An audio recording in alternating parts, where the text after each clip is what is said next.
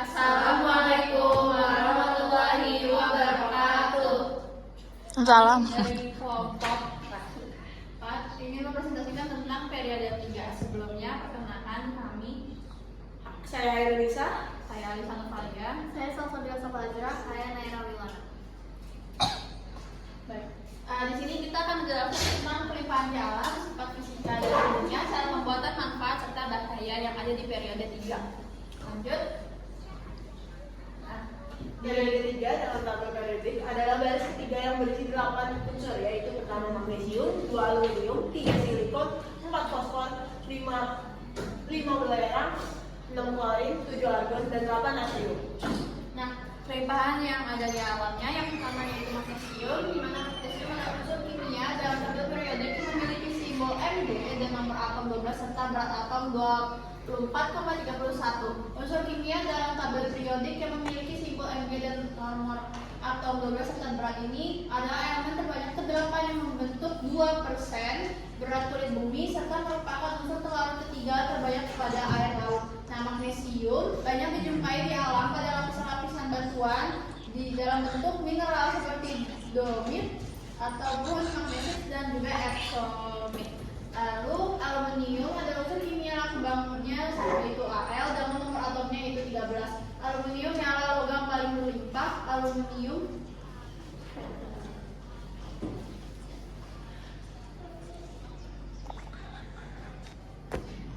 Aluminium adalah unsur logam yang biasa dijumpai di kerak bumi yang terdapat dalam batuan seperti feldspar dan juga mika. Umumnya juga aluminium dalam bentuk aluminium silikat dan campurannya dalam logam seperti natrium, kalium, furum, kalsium, dan juga magnesium.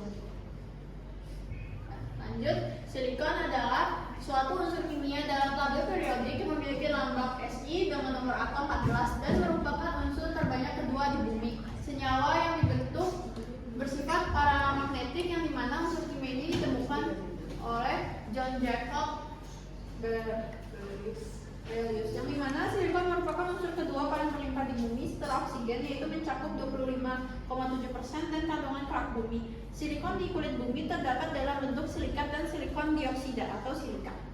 4. Fosfor. Fosfor berupa berbagai jenis senyawa logam, transisi antar senyawa tanah, sama seperti zinc sulfida yang ditambah tembaga atau perak, zinc dan zinc silikat yang dicampur dengan mangan. Di alam, fosfor terdapat dalam dua bentuk, yaitu senyawa fosfat organik dan senyawa fosfat anorganik.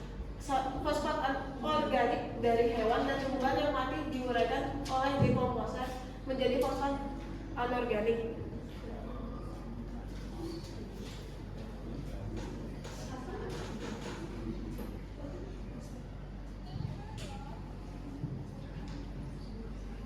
Fosfat anorganik yang terlarut di air atau air laut akan terkikis dan mengendap di sedimen laut. Oleh karena itu, fosfat banyak terdapat di batu karang dan fosil.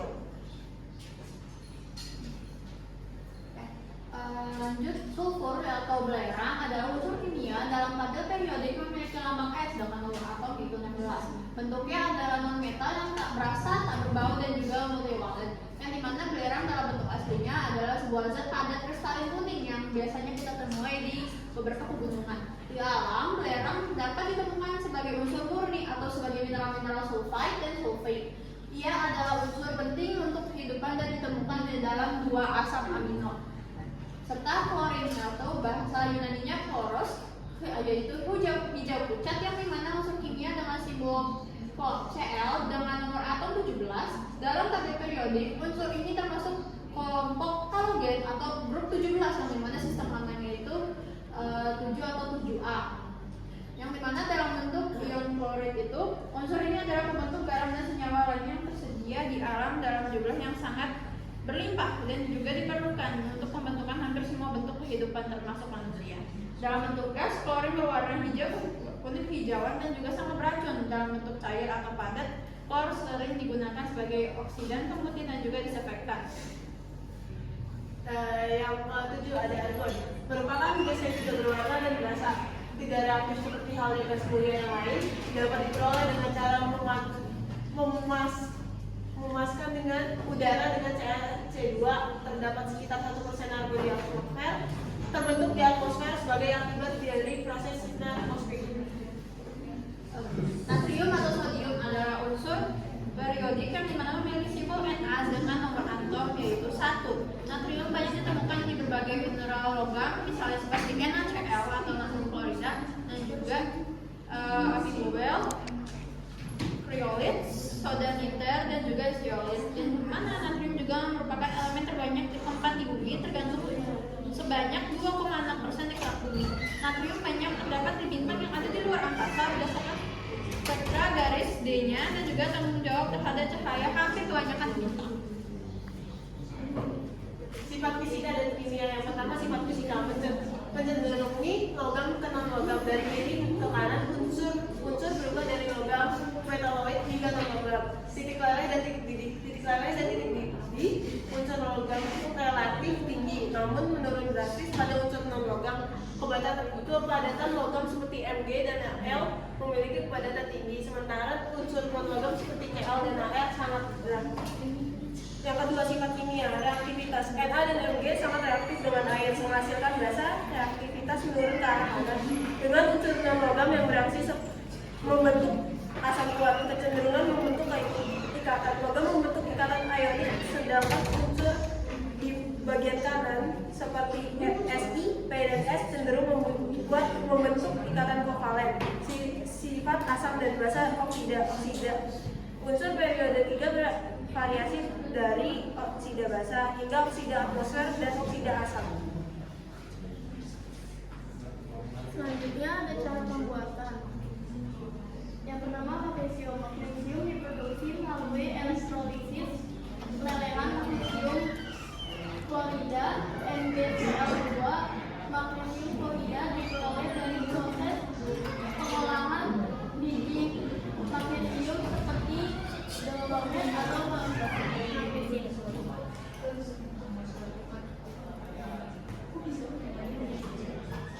Yang kedua ada aluminium. Aluminium diperoleh melalui proses elektrolisis bauksit aluminium oksida Al2O3 dalam sel elektrolitik besar yang disebut proses Hall-Héroult. Bauksit diproses menjadi alumina Al2O3 terlebih dahulu, kemudian dilelehkan dalam larutan klorid Na3Al6 untuk memfasilitasi proses elektrolisis. Yang ketiga ada silikon. Silikon diproduksi melalui reduksi silika SiO2 dengan karbon dalam furnas suhu tinggi. Proses ini biasanya dilakukan dengan menggunakan kopas sebagai bahan reduktor. Yang keempat ada fosfor. Fosforus diproduksi melalui pemanasan batuan fosfat Ca3PO42 dengan kokas dalam furnas listrik. Proses ini menghasilkan fosforus dalam bentuk fosforus putih P4 yang sangat reaktif. Yang kelima ada sulfur. Belerang diproduksi melalui formurian gas alam yang mengandung hidrogen sulfida H2S atau melalui proses pemanasan deposit belerang. Salah satu metode adalah dengan metode Fras, di mana belerang dicairkan dengan uap air panas. Yang keenam ada klorin. Klor diproduksi melalui elektrolisis larutan natrium klorida NaCl. Dalam proses ini, larutan NaCl dipanaskan dan diberi arus listrik untuk memisahkan klor dan natrium. Yang ketujuh ada argon. Argon adalah gas mulia yang diperoleh melalui distilasi fraksional udara. Proses ini memisahkan argon dan komponen lainnya seperti nitrogen N2 dan oksigen O2 dengan mendinginkan udara dan memisahkannya berdasarkan titik didihnya. Yang ke-8 ada natrium. Natrium diproduksi melalui elektrolisis lelehan natrium klorida NaCl. Dalam proses ini, NaCl dilelehkan pada suhu tinggi sekitar 800 derajat Celcius dan kemudian dialiri arus listrik untuk memecahnya menjadi unsur-unsurnya. Lanjut ada manfaatnya. Yang pertama boron.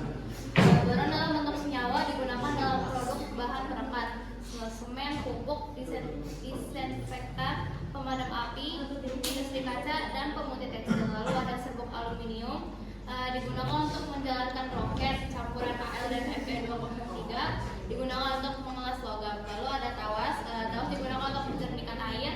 Ketiga ada gallium, digunakan sebagai termometer suhu tinggi dan dalam industri elektronik. Terus bahayanya, yang pertama ada natrium. Terlalu banyak mengonsumsi natrium dapat merusak ginjal yang meningkatkan kemungkinan tekanan darah tinggi. Yang kedua, magnesium. Mengonsumsi suplemen magnesium secara berlebihan dapat memicu kelemahan otot, lesu, dan kebingungan. Yang ketiga ada silikon, dapat mengakibatkan efek pernapasan kronis, terutama dalam bentuk kristal silika atau silikon dioksida. Yang keempat ada kristal silika yang terhirup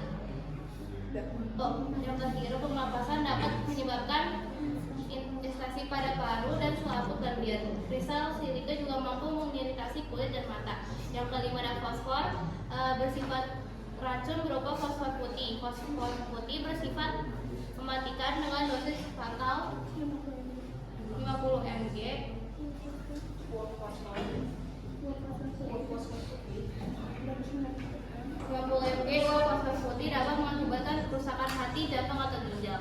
Lalu yang terakhir ada belerang. Adanya uap belerang di udara dapat mengakibatkan pencemaran. Jika larut dalam air, belerang akan meningkatkan kadar senyawa asam dalam air sehingga banyak organisme akan mati dan keseimbangan ekosistem terganggu. Sekian dari kelompok kami. Ada kayak ingin bertanya? Aku ingin bertanya. Nama aku Azalia, aku ingin bertanya pada Bapak. Apa bahaya natrium selain merusak ginjal? Bisa diulang pertanyaannya? Apa bahaya natrium selain merusak ginjal?